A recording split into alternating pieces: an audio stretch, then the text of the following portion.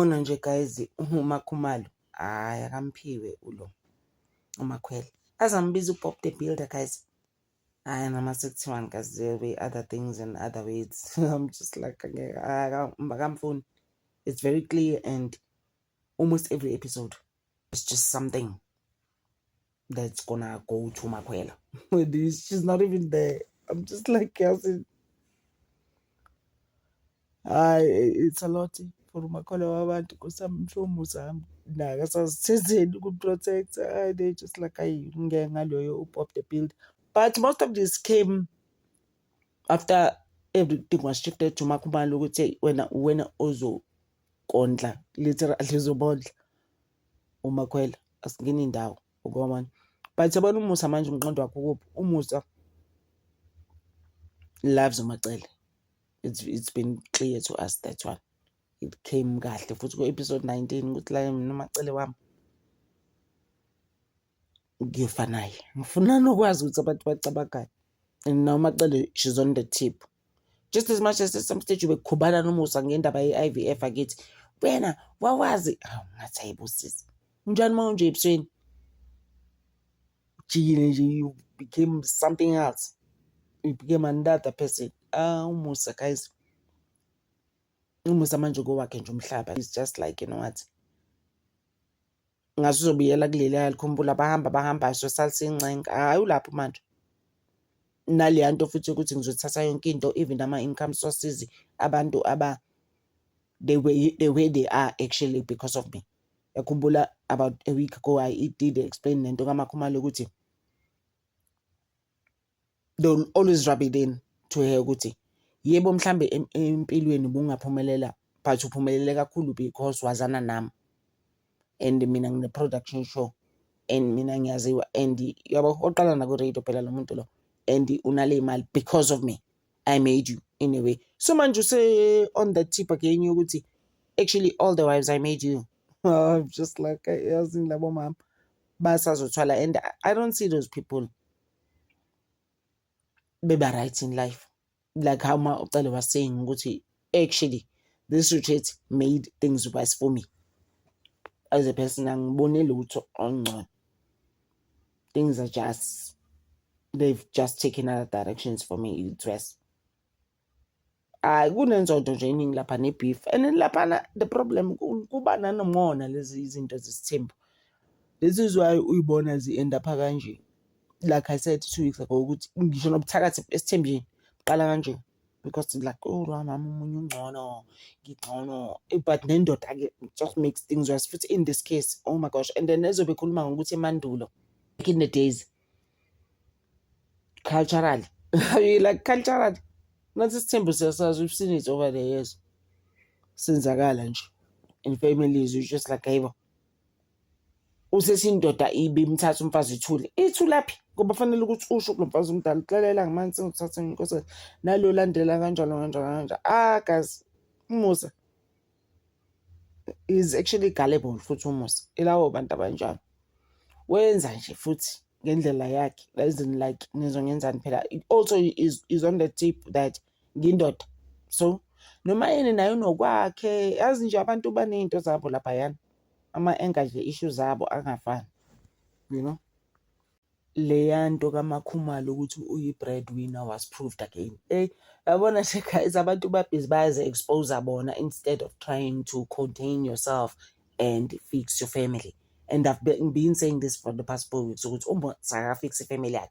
Things are all over the place, you know, for him, and he doesn't see. And he was thinking a retreat was going to help him, and it's actually not. uMusa ngaleso sikhathi instead ukuthi abe maintenance boy for zonke lezindlu zakhe, he doesn't do those things. Uma yini be complain ngokuthi khona some tank that actually fell on top of the house. uMusa hasn't been able to do that, and they looking at him like vele uyivila, you know. I'm sure uMusa can't even fix like a globe, something mhlamba ifake mayekade iphukile iphukele phakathi, like, you know, those things, and then maybe fix the wires or something. It doesn't look like that to me. And you think because he grew up in my farm, you'll be able to do such. Musa ke came out ukuthi ayikho nje into asiza ngayo into zamadoda lezo, uthi uma yini manje fanele wenzakaleni mina ngigibele phezu kwento.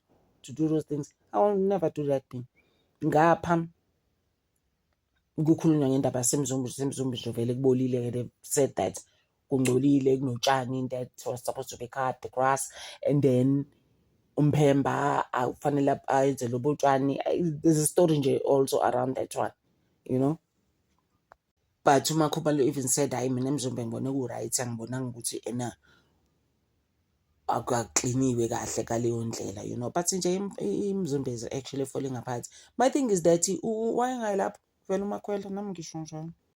Ngapha uMakhwela ungakhohlwa ulinda indlu yakho, but from who? Uzoyithengela uba indlu uMakhwela. Uyabona guys ukuthi ene uyitshele ukuthi uzofika ne-suitcase wena. Hey guys, yabona this thing is, yabona uThando Thembi is proving ukuthi you have to have your own things ma umuntu nje. As an individual, it has nothing to do with marrying anyone or doing anything. Finally accumulate your own stuff nje in life. Uyabona ke indaba zama-breadwinner ukuthi qhamukaphi-ke uMakhumalo-ke is the one that's actually been paying uMphemba to make sure ukuthi that household lapha emzumbe kuklini, kuba right, yonke into nje ihlale i-on par. It came out ukuthi uMakhumalo is just like, guys, mina I never stopped paying uMphemba to come there and clean up and do things. And somehow I even think ukuthi uMphemba stays there because uMakhumalo is just like indoda nje. In fact, yase Mzumbe uMphemba. I'm just like, guys, Musa.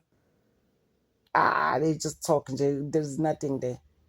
Yazi empty can bangumsendi uMusa-ke. uMusa-ke waphinde washowa his selfish ways. Wathi-ke after uMakhumalo ethe no, mina vele mina ngimkhokheli uMphemba, I haven't stopped paying him to maintain the household yasemzumbe. Wasethi uMusa, okay, in any case I made you. Like, obviously, I mean, he doesn't say it like that, but unaleyo nto vele uMusa ukuthi sinemali like her because of me. In fact, wena Makhumalo, mangithanda ngingavala wonke ama-sources that are making you to have money, because in any case unemali because of me. Guys, it was just like, because this man washo njalo uMusa. Wathi uMusa mina ngingamake sure mangithandile nje, mangivuka ekuseni ngafela ukuthi you know what, bangijwayela kabi abantu, ngizovala lawo ma-sources-ke ngoba nemali uyazi ngami vele.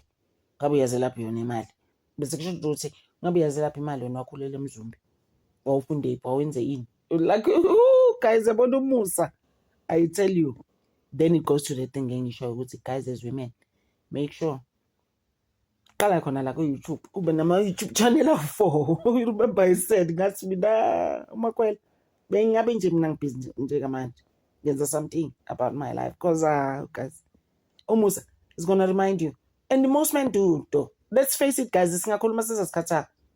Mina I've seen it happening. People I know, akukhumbuze umuntu. Just mina, it has never happened to me because I've always been independent. You know, I've never had a man like that who's gonna take care of me. So I cannot be reminded of such. So my thing is that